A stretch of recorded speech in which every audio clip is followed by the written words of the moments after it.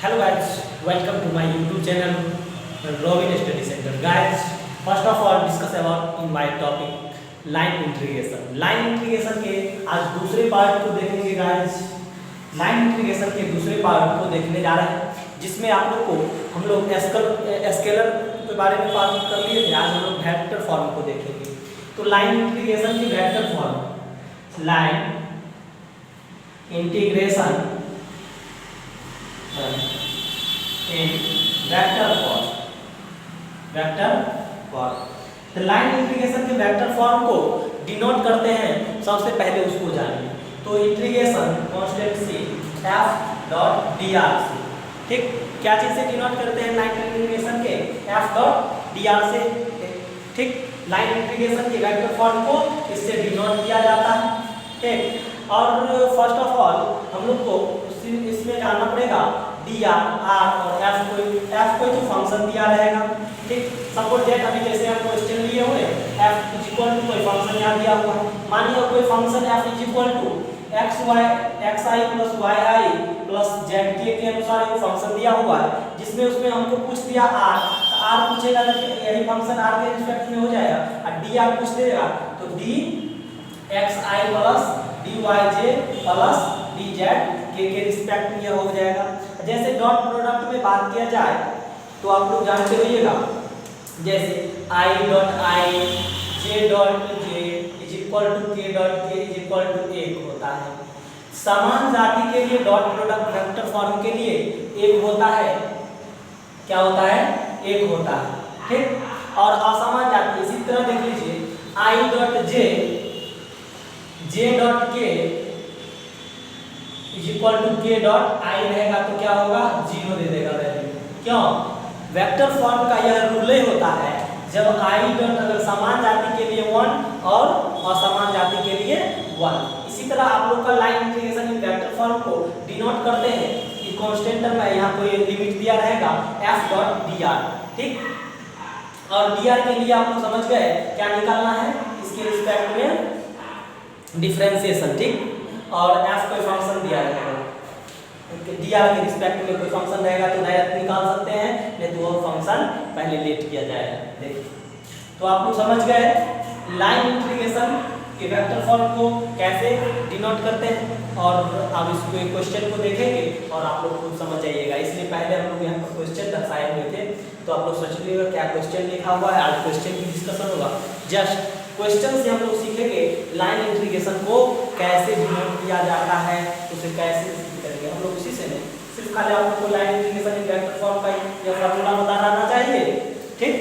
तो देखिए, line integration के वेक्टर फॉर्म का जब तक यह पता नहीं रहेगा तो क्वेश्चन देख के आप लोग कैसे बता सकते हैं स्केलर निकालना है या वेक्टर निकालना है। तो देखिए, क्वेश्चन में ही लिखा रहता है इवैल्यूएट कोई फंक्शन देखिए दिया हुआ है, तो समझेंगे तब पता रहेगा से इसको कहते हैं vector form, line integration in vector form. तब पता रहेगा कोई फंक्शन दिया था, उसके बाद दिया हम लोग को निकालना है। तो सबसे पहले सॉल्यूशन करने के लिए गिवन कोई फंक्शन दिया हुआ है f is equal to y square z square i plus 2y के z j minus x square के, यह कोई फंक्शन दिया हुआ है। तो सबसे पहले हम लोग को निकालने के लिए क्या करेंगे, उसमें उसके बाद x इज इक्वल टू क्या दिया हुआ, y is equal to 2t, z is equal to 3, x is equal to t square. तो सबसे पहले हम लोग को dr निकालना पड़ेगा। तो r इज इक्वल टू इसका फंक्शन क्या दे देगा, xi plus yj plus zk दे देगा। और dr निकालने के लिए क्या करेंगे, dxi plus y dyj plus dz, ठीक। ऐसे कर लें। r कोई फंक्शन दिया हुआ है यहाँ पर, ठीक, इसको रिस्पेक्ट में।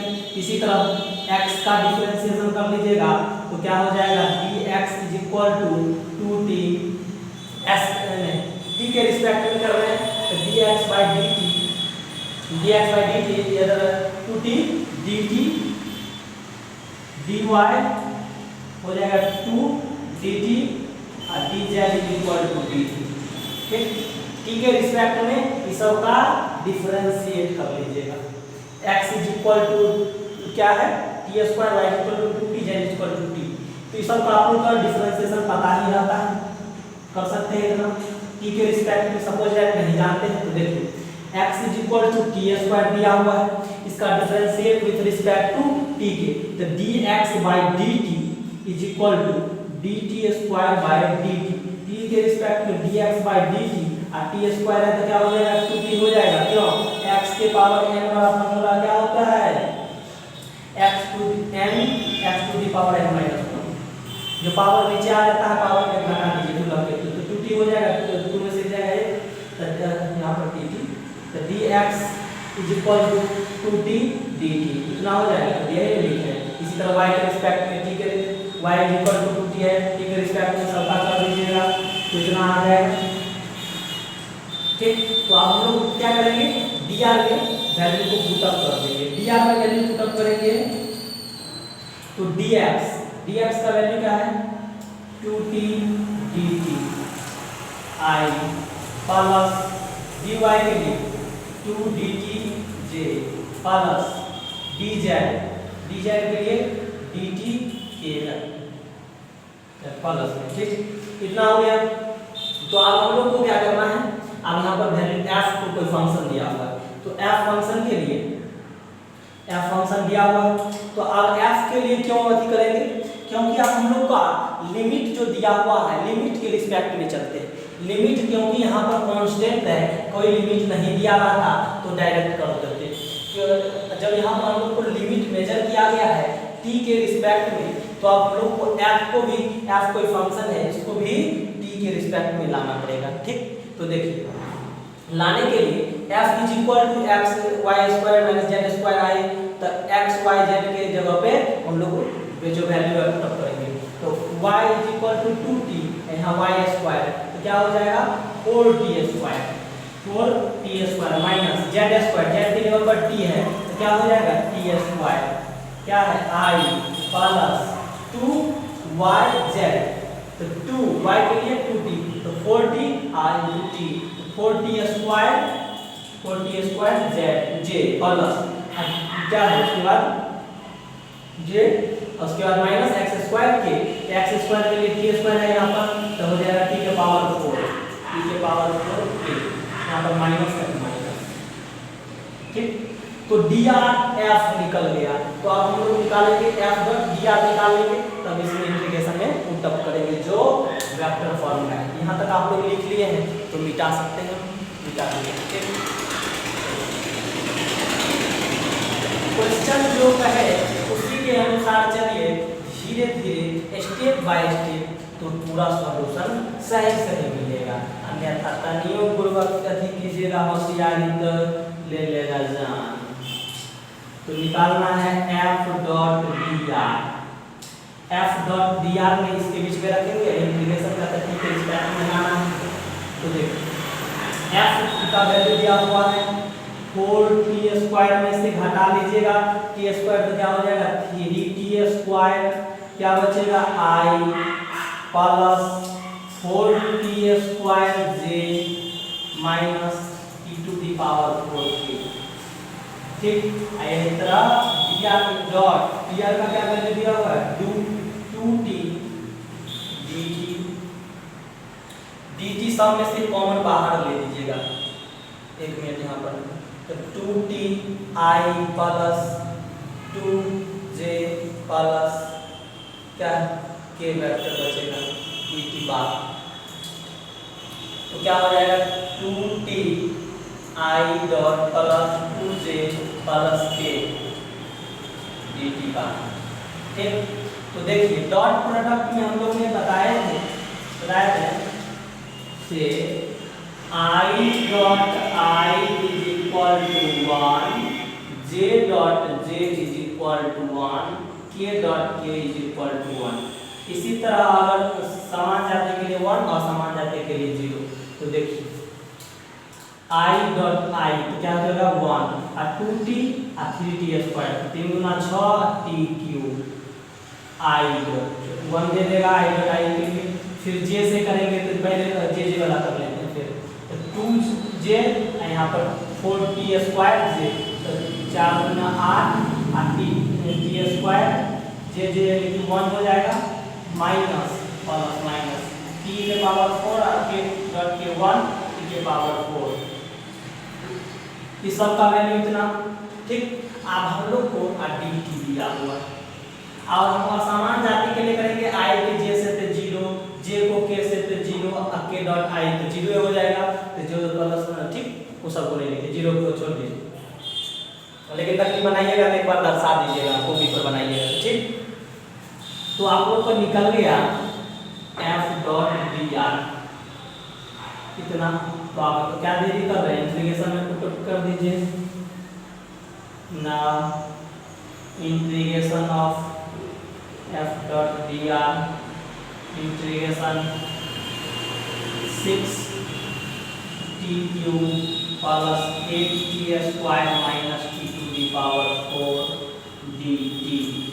dt के रिस्पेक्ट में 0 to 1 इंटीग्रेशन। ठीक, तो आप लोग इंटीग्रेट कर सकते हैं। तो देखो इसको मिटाएं। ठीक, इंटीग्रेशन 6t³ dt सेपरेट कर लीजिए अलग अलग plus integration 8t² dt minus t to the power 4 0 to 1 dt। ठीक, आप इंटीग्रेट कर सकते हैं। 6 बाहर आ जाएगा, constant term t to the power plus 0 to 1 8 बाहर t² dt माइनस t के पावर 4 का क्या दे देगा, t के पावर 5/5 पावर जुड़ता है इंटीग्रेशन t के power 5/5 0 to 1 t²3 0 to 1 minus t के पावर 5 1/5 को 1 बाहर तो 1 के power 5 minus 0 to the power 5 6/5 1 to the power 5 0 to the power 5 plus 8/3 1 to the power 3 0 to the power 3 minus ये क्या देगा 1 to दी पावर 5 1 माइनस 0 तो 1 1/5 1/5 बच जाएगा। जब 1 के एक का पावर कितना आता है 1 ही होता है तो क्या हो जाएगा 6/5 मल्टीप्लाई कर देंगे प्लस 8/3 माइनस 1/5। आप इसका भी जोड़ कर सकते हैं। आप देखिए यहाँ तक लीजिए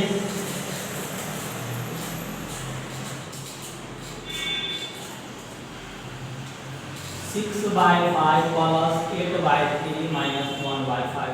इसका सबसे पहले क्या करते हैं, इसका 3 का जोड़ निकालिएगा कितना दे देगा 15 5 के 15 36 के 18 प्लस 8 5 6 40 माइनस 3 तो क्या हो जाएगा, दोनों को जोड़ लीजिए प्लस वाला 58 माइनस 3/15 यानी कि 55/15 5 किया 15 11 से 3 आंसर आ गया आप लोग। तो आप लोग ने लाइन इंटीग्रेशन के वेक्टर फॉर्म को भी पढ़ लिया, स्केलर तो पढ़ नहीं रखा था। दूसरा पार्ट अगर अच्छा लगे यह वीडियो तो लाइक शेयर और सब्सक्राइब करना ना भूलिएगा। Thank you.